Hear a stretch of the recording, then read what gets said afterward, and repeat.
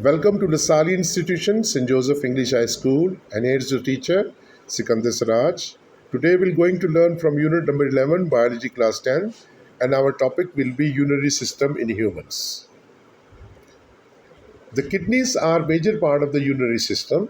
The kidneys are a pair of bean-shaped organs located below the rib cage behind our belly, one on each side of the spine. आप diagram में देख सकते हैं कि हमारी रीढ़ की हड्डी के साथ हमारे पेट के बिल्कुल नीचे ये दोनों गुर्दे जो है वहाँ मौजूद होते हैं. And you can see the diagram also. So first of all we'll discuss about the size of the kidney.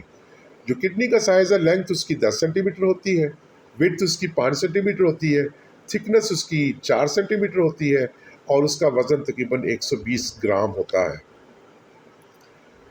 Now will discuss about the parts of human kidney and their work, कि वो काम क्या करते हैं. सबसे पहले kidney का क्या काम था. किडनी जो है इट फिल्टर्स ब्लड, यानी ब्लड में से यूरिन को निकालती है. It produce urine, it take out the urine from the blood.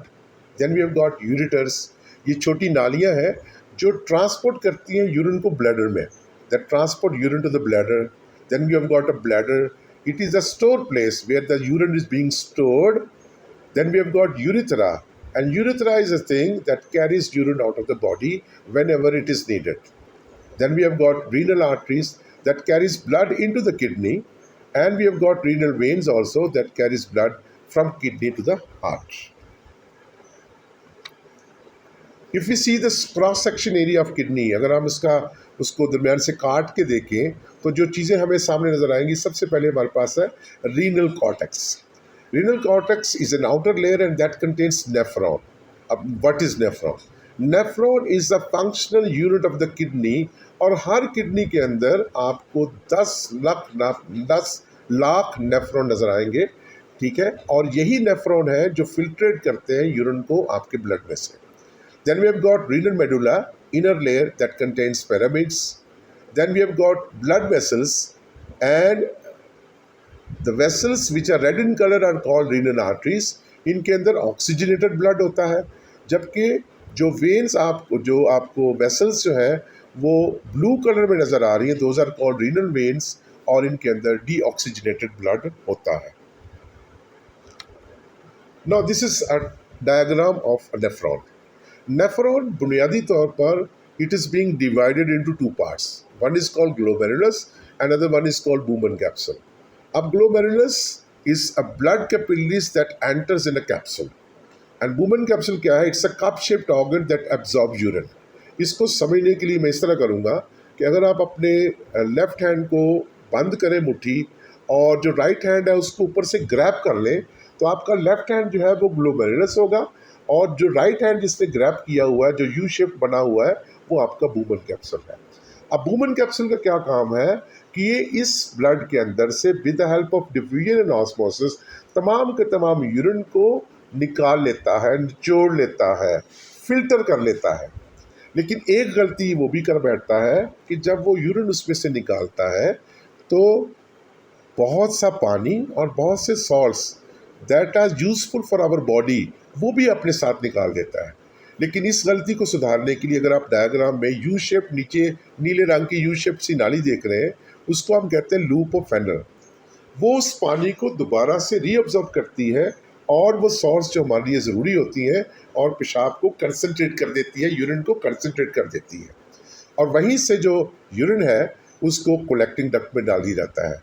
अब आपको ये बता दें कि कलेक्टिंग डक्ट एक होती है और तमाम नेफ्रॉन जो है वो उस कलेक्टिंग डक्ट के साथ जुड़े होते हैं, and that collecting duct that transport urine to the ureters. Now we'll let you know the steps of urine formation and excretion process की ये किस तरीके से होता है, किस स्टेप्स में ये काम होता है. सबसे पहले है फिल्ट्रेशन, कि ग्लोमेरुलस जो है it filters urine from the blood. Then आपका लूप ऑफ फेनल है, वो रीअब्जॉर्ब करता है वाटर एंड सॉल्ट्स को जो ब्लड स्ट्रीम में चले गए होते हैं, उनको दोबारा से रीअब्जॉर्ब करता है. Then we have got secretion, waste and excess substance enter urine. जितनी भी गंदी चीज़ें हमारे ब्लड के अंदर होती हैं that are being added into urine. Then excretion, urine enters into the collecting duct. जब excretion का अमल होता है तो जितना भी यूरिन आपकी बॉडी के अंदर ब्लड के अंदर होता है या आपके वुमन कैप्सूल में आया होता है, that is transfer to the collecting duct. Now the advantages of urinary system के, इसके एडवांटेजेस क्या है, इसके फ़ायदे जो है वो हमें क्या है। सबसे बड़ा फ़ायदा जो है कि हमारे जिस्म में ये जितनी भी चीज़ें मौजूद होती हैं ये हमारे जिस्म के लिए मुज़र होती हैं, बहुत ज़्यादा ख़राब कर सकती हैं, आपकी बॉडी के लिए नुकसानदेह होती हैं। So the filter waste and excess substance from the blood, जो ज़्यादा होती हैं या जो ख़राब होती हैं उसको आपके ब्लड में से निकाल देता है।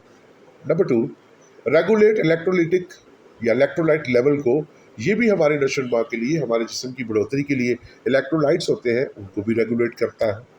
Third one is maintain acid base balance, कि हमारे जिस्म को ना तो एसिडिक होने देता है ना बेस होने देता है, बल्कि उस चीज़ को बैलेंस रखता है। Then it produce hormones also, erythropoietin and renin hormones जो है वो हमारे जिस्म के लिए बहुत ज़रूरी होते हैं। और सबसे बड़ी बात जो है वो है it regulates blood pressure of the body, कि हमारे ब्लड प्रेशर को ये क्या करता है, कंट्रोल करता है। Now will come to the summary of the key points, कि आपने सीखा हमारे पास कितने किडनीज होते हैं। We got 2 kidneys, 2 ureters, 1 urinary bladder, 1 urethra, and we have got 1 million nephrons in 1 kidney.